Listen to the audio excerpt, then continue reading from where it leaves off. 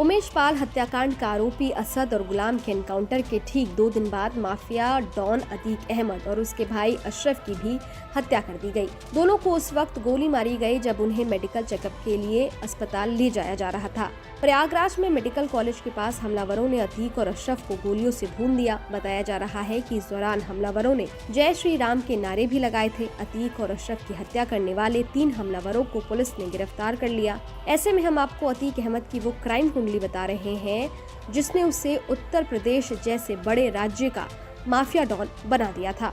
अतीक अहमद की आपराधिक कहानी का आगाज साल 1979 से शुरू हुआ। उस वक्त इलाहाबाद के चाकिया मोहल्ले में फिरोज अहमद का परिवार रहता था, तो तांगा चलाकर परिवार का गुजर बसर करते थे। फिरोज का बेटा अतीक हाई स्कूल में फेल हो गया था। इसके बाद पढ़ाई लिखाई से उसका मन हट गया था। उसे अमीर बनने का चस्का लग गया, इसलिए वो गलत धंधे में पड़ गया और रंगदारी वसूलने लगा। महज 17 साल की उम्र में अतीक अहमद के सिर हत्या का आरोप लग चुका था।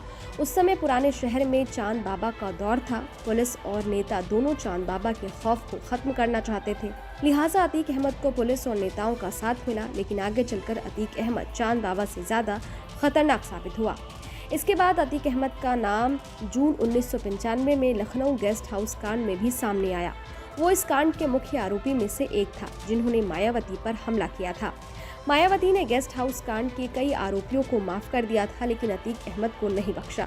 मायावती के सत्ता में आने के बाद अतीक अहमद की उल्टी गिनती शुरू हो गई थी। मायावती शासनकाल में अतीक अहमद पर कानूनी शिकंजा कसने के साथ साथ उसकी संपत्ति पर बुलडोजर चलाने से लेकर कई बड़ी कार्रवाई हुई थी। यूपी में मायावती सरकार के दौरान अतीक अहमद जेल की सलाखों के पीछे ही रहा। बसपा के दौर में अतीक का दफ्तर गिरवाने के साथ साथ उसकी संपत्तियां जब्त करवाकर उसे जेल भेजा गया था। मायावती के शासन में उसकी राजनीतिक पकड़ को कमजोर ही नहीं बल्कि पूरी तरह से खत्म कर दिया गया था। इस हमले और हत्याकांड को समझने के लिए हमें करीब 19 साल पीछे जाना होगा। देश में आम चुनाव हो चुका था। यूपी की फुलपुर लोकसभा सीट से बाहुबली नेता अतीक अहमद ने समाजवादी पार्टी के टिकट पर जीत हासिल की थी। इससे पहले अतीक अहमद इलाहाबाद पश्चिमी विधानसभा सीट से विधायक था, लेकिन उनके सांसद बन जाने के बाद वो सीट खाली हो गई थी। कुछ दिनों बाद उपचुनाव का ऐलान हुआ। इस सीट पर हुए सपा ने सांसद अतीक अहमद के छोटे भाई अशरफ को अपना उम्मीदवार बनाया, लेकिन बहुजन समाज पार्टी ने अशरफ के सामने राजूपाल को अपना प्रत्याशी बनाकर चुनावी मैदान में उतार दिया। जब उपचुनाव हुआ तो चौंकाने वाले नतीजे सामने आए। बसपा प्रत्याशी राजूपाल ने अतीक अहमद के भाई अशरफ को हरा दिया।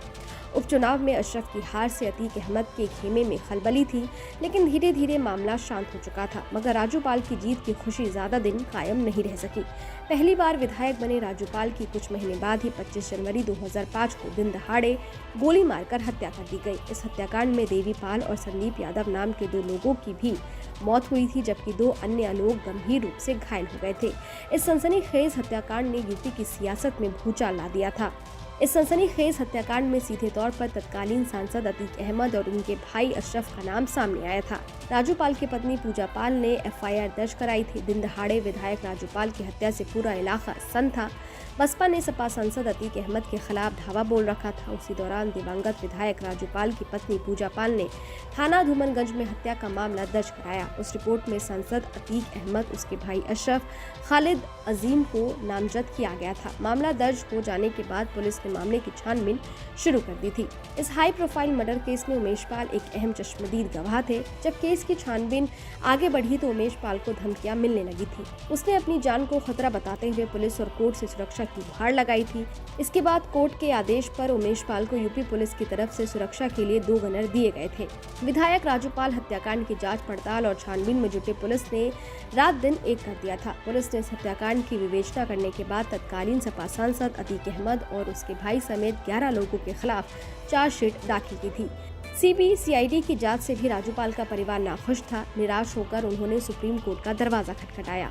मामले को सुनने के बाद देश की सबसे बड़ी अदालत ने इस मामले की जांच सीबीआई को सौंपने का फरमान सुना दिया था।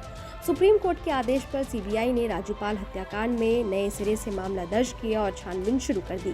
करीब 3 साल विवेचना करने के बाद सीबीआई ने सभी आरोपियों के खिलाफ चार्जशीट दाखिल की।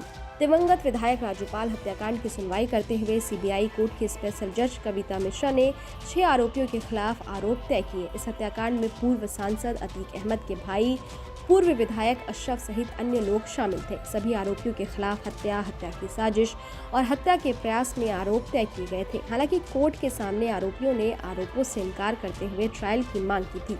मामले की सुनवाई के लिए कोर्ट में आरोपी अशरफ और फरहान को जेल से लाकर पेश किया गया था, जबकि जमानत पर चल रहे रंजीत पाल, आबिद, इसरार अहमद और जुनैद खुद आकर कोर्ट में पेश हुए थे। दरअसल इस हमले में मारे गए उमेश पाल प्रयागराज के राजूपाल हत्याकांड के अहम चश्मदीद थे। उनकी गवाह पर ही बाहुबली अतीक अहमद समेत सभी आरोपियों के खिलाफ चार्जशीट दाखिल की गई थी।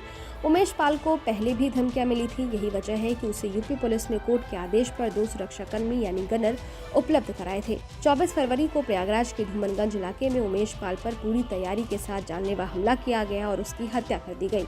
पुलिस अब पूरे मामले की छानबीन कर रही है। वहीं आज यानी शनिवार रात को अतीक अहमद और उसके भाई पर अज्ञात हमलावरों ने हमला कर दिया और उसके बाद उसकी मौके पर ही मौत हो गई। खैर, इस वीडियो पर आपकी क्या राय है हमें कमेंट बॉक्स में लिखकर ज़रूर बताइएगा। इसके साथ ही अगर आपने हमारे YouTube चैनल को सब्सक्राइब नहीं किया है तो फ़ौरन कर लें, ताकि हर न्यूज़ अपडेट सबसे पहले आप तक पहुँचे। डिटेल स्टोरी के लिए आप हमारी वेबसाइट newsnationtv.com पर भी विजिट कर सकते हैं। शुक्रिया।